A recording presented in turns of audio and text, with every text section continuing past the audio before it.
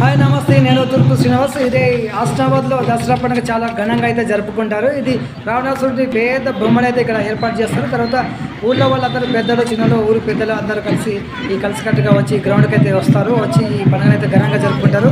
అలాగే ఈ పిల్లల కొరకు ఆట వస్తువులు కానీ తర్వాత వీళ్ళ అందరైతే జమ్మి చెట్టు కొమ్మని అయితే పెద్ద కొమ్మని అక్కడ పాతుతారు. ఆ తర్వాత జమ్మి చెట్టుకి అయితే పూజ చేస్తారు. పూజ చేసిన అనంతరం వాళ్ళందరూ జమ్మి తెప్పి నమస్తే చెప్పుకొని గల అయితే మిలాయించుకొని అయితే అందరూ ఇళ్ళకి అయితే వెళ్ళిపోతారు. ఇక్కడైతే రావణాసురుని ఈ బొమ్మని అయితే దహనం చేసిన తర్వాత అందరైతే వాళ్ళ ఇళ్ళకి వెళ్తారు. తర్వాత ఇంటింటికి వాళ్ళు ఒకరు వెళ్ళి కూడా వాళ్ళ నమస్తే చెప్పుకొని అలా గల మిలాయించుకొని అయితే ఒకరికొకరు హ్యాపీ దసరా చెప్పుకొని అయితే వెళ్ళిపోతూ ఉంటారు.